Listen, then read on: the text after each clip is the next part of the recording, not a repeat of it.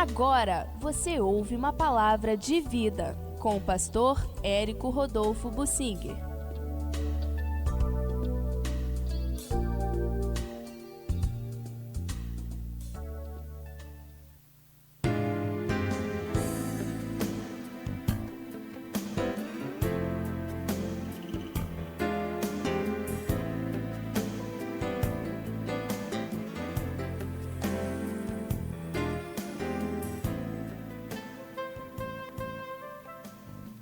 Refazendo a aliança com Deus após 6 anos de caos, distanciamento de Deus e muita negritude espiritual. Pois é, Israel viveu isto na época em que Judá já estava separada e Deus levantou o Jeú, um capitão de tropas, para fazer um governo violento e matar toda a família do Acabe, da Jezabel, e de quebra ele matou todos os adoradores de Baal que ele encontrava.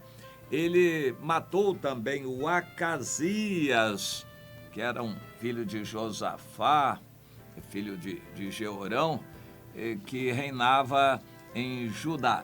Quando o Acasias morreu, então vem a história que eu queria ler aqui no capítulo 11 de 2 Reis. O Acasias era um péssimo rei, o pai dele também, e tudo começou a se degenerar com Josafá. Josafá era um rei bom, mas que não teve zelo pela obra de Deus e não cuidou da sua família e gerou a praga, aquela peste que era o filho Jeorão. Quando ele morreu, ninguém sentiu saudades, o povo comemorou. Mas veio um pior que ele e aí Deus permitiu que ele fosse morto também pelo Jeú e o país entrou numa convulsão ou num vácuo espiritual. E eu quero ler. Vendo Atalia, que era filha da Jezabel, uma mulher endemoniada também, ela era mãe do Acasias. Quando ela percebeu que seu filho estava morto, ela se levantou com muita astúcia e violência e destruiu toda a descendência real. Ela matou todos os homens, filhos e netos dela, da própria família dela, matou todos os homens que tinham alguma relação de parentesco com o rei morto, Acasias, que era filho dela. E no meio daquele pânico, ela, com ganância, certamente impondo medo, contratou alguns guardas, alguns homens, e foi lá matar toda a descendência real, todos os homens que tinham algum parentesco com o rei. E no meio daquela matança toda, ela não percebeu e aconteceu. A Jeoseba é um nome complicado que é grafado de diversas formas na Bíblia.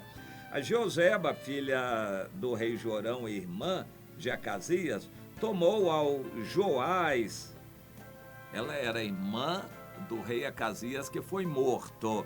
E ela tomou Joás, filho do Acasias, então sobrinho dela, e o furtou dentre os filhos do rei, aos quais matavam. Quando selecionava, escolhiam os filhos do rei, ela foi lá e pegou o nenenzinho, o bebezinho, que também era filho do rei, seria morto, e ela tomou aquela criança e o escondeu.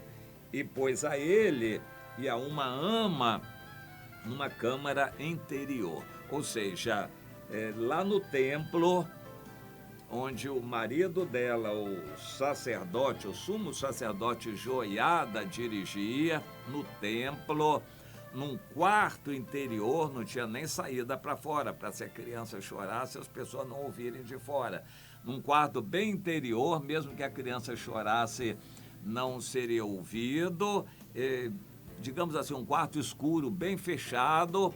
Ela pôs lá o bebezinho e uma ama, não sabemos se era mãe, provavelmente não, uma mulher para cuidar daquela criança.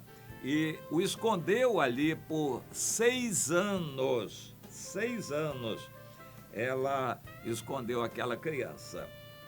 Quando chegou o 7º ano de vida da criança, o sacerdote Joiada resolveu fazer um plano de conspiração contra a mulher que reinava. Esse episódio na Bíblia traz muitas lições. Em geral, somos instados pela Bíblia não nos ligarmos, não nos unirmos aos revoltosos, não ficarmos participando de greves, de movimentos de revolta.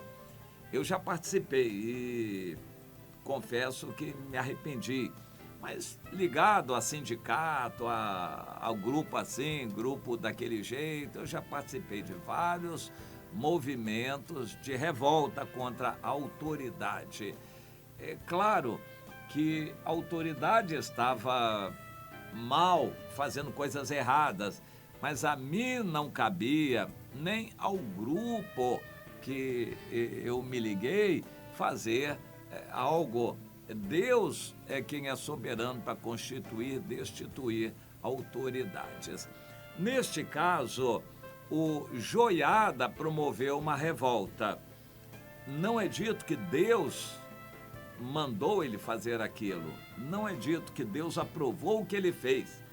Mas, apesar do que ele fez, Deus continuou agindo. Deus queria que aquele povo colhesse durante os terríveis anos de governo daquela mulher, que fez coisas horríveis. Ela matava, ela violentava as pessoas, impôs um terror no país e ela mesma não era grande coisa. Então a população vivia amedrontada e ninguém tinha coragem de se rebelar contra a mulher, mas praticamente ninguém apoiava aquela mulher. São coisas assim muito interessantes. De vez em quando essa história se repete. Um governo impopular, mas continua governando. E até que Deus faça alguma coisa a mais acontecer. Naquele 7º ano, portanto, de vida do pequeno Joás e também de reinado da perversa Atalia, filha da Jezabel, o sacerdote Joiada organizou uma revolta. Para começar, ele conversou com os capitães dos cários, os capitães do templo, e expôs o plano dele. E o plano dele era juntar todos os guardas do templo, juntamente com outros militares e guardas também de confiança que estavam rebelados, e todos se unirem naquela revolta e no determinado dia proclamarem rei aquele que era o legítimo herdeiro do trono, legítimo filho do rei que tinha morrido. E assim reinaria a genealogia de Davi, como Deus tinha prometido.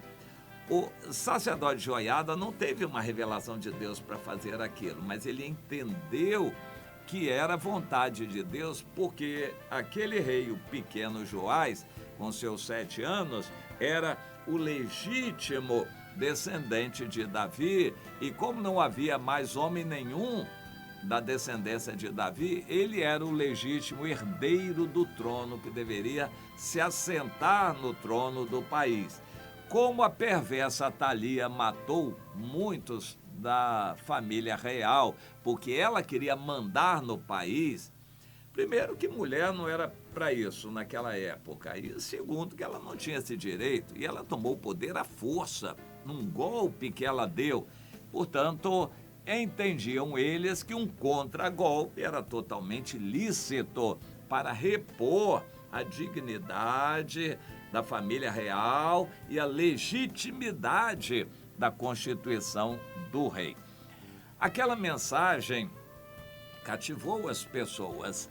O sacerdote Joiada tinha um determinado número de soldados. Não sabemos exatamente quantos que faziam a guarda do templo.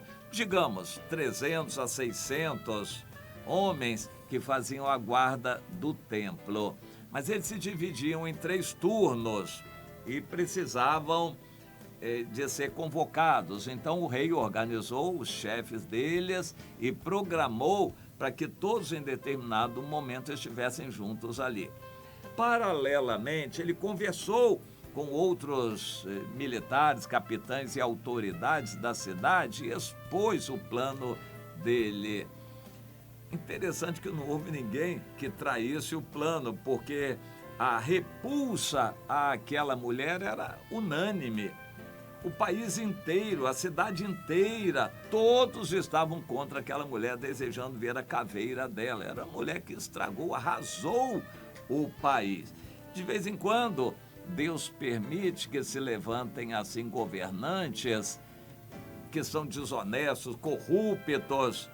O povo merece isso, o povo precisa passar por isso para ver a diferença. O povo que não via muito valor num rei legitimamente colocado por Deus, precisou ver uma rainha impostora que tomou o poder violentamente com um golpe. Eles precisavam sentir a diferença de governo e todos viram. Foi terrível aquela época. E, por fim, a rebelião deu certo, conseguiram fazer o povo se reunir no templo, o povo aplaudiu, apoiou, reconheceu o rei, ungiram o rei, deram o livro do reino, o cetro, botaram a coroa na cabeça dele e a rainha nem usava aquela coroa.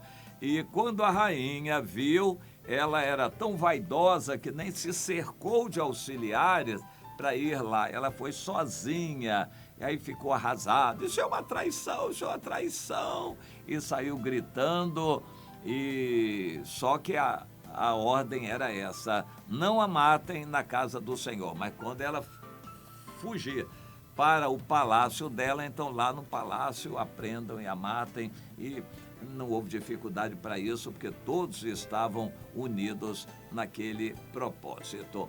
Bem, ficou registrado para nós tirarmos lições. É para nós fazermos o mesmo? É para nós, para começar, entendermos que Deus é quem levanta reis e destitui reis.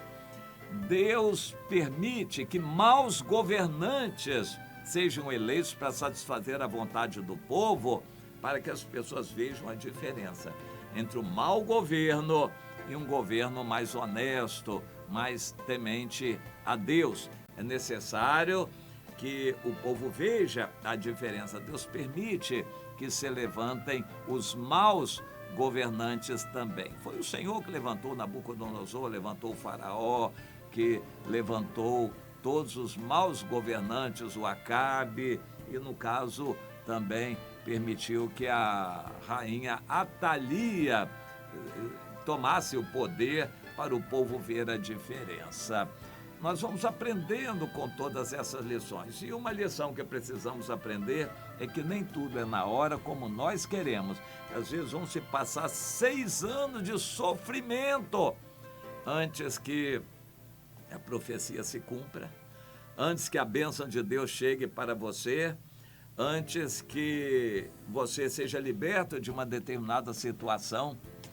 Há pessoas que estão sonhando com aposentadoria para terem uma vida mais livre, depois eles até se escravizam mais ainda. Não costuma ser uma boa coisa.